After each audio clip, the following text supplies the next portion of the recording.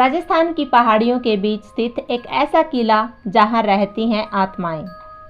तो दोस्तों, कहा जाता है कि भूत प्रेत कुछ नहीं होता, यह सब लोगों का वहम होता है, लेकिन ये सच नहीं है। आज के समय में भी भूत प्रेत व आत्माएं होती हैं। ये वे आत्माएं होती हैं जो मुक्ति ना मिलने पर भटकती रहती हैं।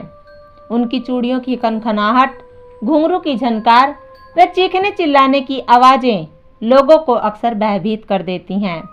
बताया जाता है कि भारतीय राज्य सरकार द्वारा इस किले के चारों ओर चेतावनी बोर्ड लगाए गए हैं। उन पर साफ साफ लिखा है कि सूर्योदय से पहले व सूर्यास्त के बाद इस किले के अंदर जाना प्रतिबंधित है। आखिर क्या है इस किले का नाम और इसमें छिपी आत्माओं का रहस्य, जो कि यहाँ आने वाले सभी लोगों को इतना भयभीत कर देती है कि यहाँ कोई भी रात को छोड़ दिन में जाने से भी कांपता है।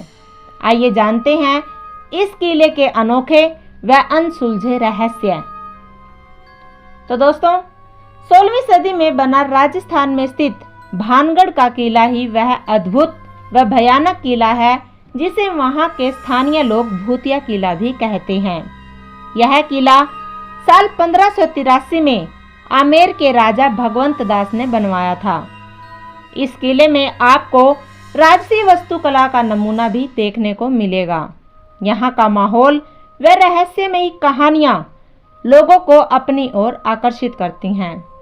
दूर दूर से लोग इस किले की ऐतिहासिकता को देखने के लिए आते हैं, लेकिन यहाँ आते ही एक अजीब सा डर लगने लगता है।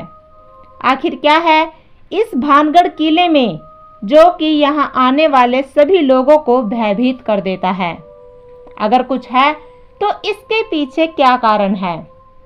वैसे तो कोई भी आज तक पुख्ता घटना नहीं बता पाया है, लेकिन यहाँ के स्थानीय लोगों के बीच प्रचलित है कुछ कहानियाँ जो यह साबित करती हैं कि यहाँ कुछ ना कुछ तो ऐसा जरूर है। भानगढ़ किले में छिपी आत्माओं का रहस्य। इस किले के भूतिया होने के पीछे वैसे तो बहुत सारी कहानियाँ प्रचलित हैं, लेकिन एक कहानी सबसे ज़्यादा लोकप्रिय है और वो है राजकुमारी रत्नावती की, जो बहुत ही ज़्यादा सुंदर राजकुमारी थी। उनकी सुंदरता के चर्चे दूर दूर तक होते थे। उनसे विवाह करने के लिए कई राजा महाराजा इच्छुक थे। उनके स्वयंवर की तैयारी ही चल रही थी कि इसी बीच एक तांत्रिक सिंधिया की बुरी नज़र रत्नावती पर पड़ गई। वह उन्हें पाने के लिए पागल सा हो गया और उसने सोचा कि वह अपने तंत्र मंत्र से राजकुमारी को अपने वश में कर लेगा। यही सोचकर उसने राजकुमारी का पीछा करना शुरू कर दिया।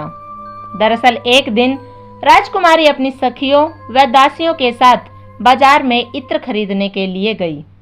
तांत्रिक भी राजकुमारी के पीछे पीछे इत्र की दुकान पर जा पहुंचा और उसे काला जादू करने का मौका मिल गया। तांत्रिक ने मौका देखते ही इत्र की शीशी पर काला जादू कर दिया और वहीं दुकान के पास वाली पहाड़ी में जाकर छिप गया। लेकिन रत्नावती काफी होशियार थी। राजकुमारी ने जैसे ही इत्र की शीशी उठाई तो उन्हें एहसास हो गया कि इत्र की शीशी में कुछ तो गड़बड़ है या फिर इस पर काला जादू किया गया है। राजकुमारी ने आव देखा ना ताव उस शीशी को पहाड़ी की तरफ फेंक दिया।